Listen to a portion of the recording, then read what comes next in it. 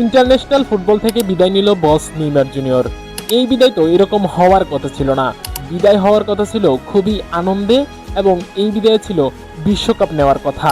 কিন্তু সেই বিশ্বকাপ তো নয়, বরঞ্চ খুব দুঃখ, কষ্ট, মন ভাঙা নিয়েই কিন্তু বিদায় নিতে হলো নেইমার জুনিয়রকে। আপনি একটু খেয়াল করেন, নরওয়ের বিপক্ষে যে ম্যাচটার ভিতর এতগুলো ভুল থাকে, সেই ম্যাচে আপনি কিভাবে বিশ্বকাপের চিন্তা করতে পারেন? প্রতিটা সময় ভুল করেছে, প্রতিটা সময়। প্রথমে দেখুন, ব্রুনো গিমারাইস প্রথমে প্লান্টি মিস করেছে। একটা বিশ্বকাপের ম্যাচ, সুযোগ তো আপনার বারবার আসবে না। সুযোগ আসবে এবং সেই সুযোগকে আপনার সুযোগের আসার সাথে সাথে কাজ করতে হবে। যদি আপনি সুযোগটাকে মিস করে ফেলেন এবং পরবর্তীতে সেই সুযোগ বিপরীত দল পেয়ে ফেলে এবং সেই সুযোগকে তারা অবশ্য মিস করে নাই, তারা সেটাকে কাজে লাগিয়েছে এবং সেই ক্ষেত্রে ম্যাচ তাদের হাতেই চলে গিয়েছে।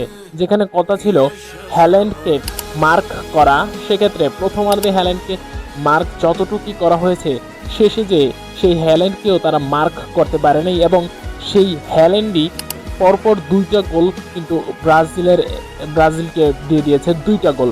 যেখানে প্রথম গোলটা ঠিক আছে, প্রথম গোলটা মানা যায়, পরবর্তীতে আবারও সেই হ্যাল্যান্ড কিভাবে গোল করলো।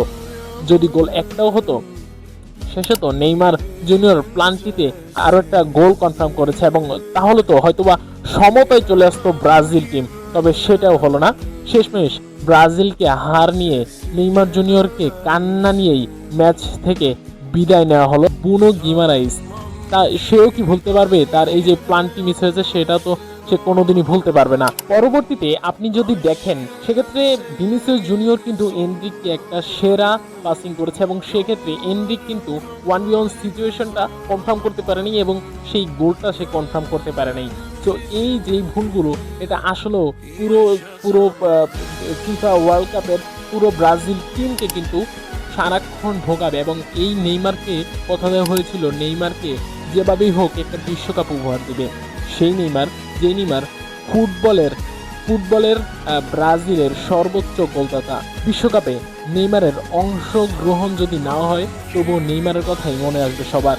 নেইমার নিয়েই সবাই ভাববে নেইমার ছিল একটা অন্য ধরনের প্রতিভা, সেটি ফিরে আসবে আবার। এই ভুল আপনি কাকে দিবেন? আপনি যদি কার্লো আনচেলত্তিকে দেন তাহলে সেটা আপনার ভুল হবে।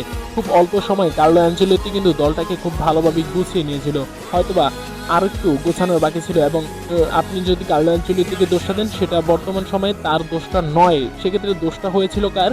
দোষটা হয়েছে ব্রুনো গিমারেইসের, হয়েছিল এনরিকের। এছাড়া আপনি কার ভুল দেখাবেন? প্রত্যেকটা দলের প্লেয়ার ভুল রয়েছে, তবে কার্লো আনচেলত্তি সেখানে কোনো ভুল করেনি।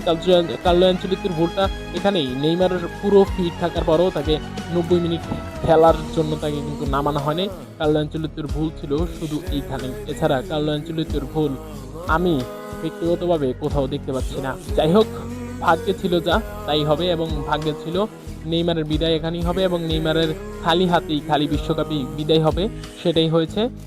আর আমরা যারা ব্রাজিল ফ্যান রয়েছি তারা তো অবশ্যই এটা নিয়ে খুব বেশি দুঃখ প্রকাশ করবে এবং এই আফসোস আমাদের সারা জীবনে থেকে যাবে।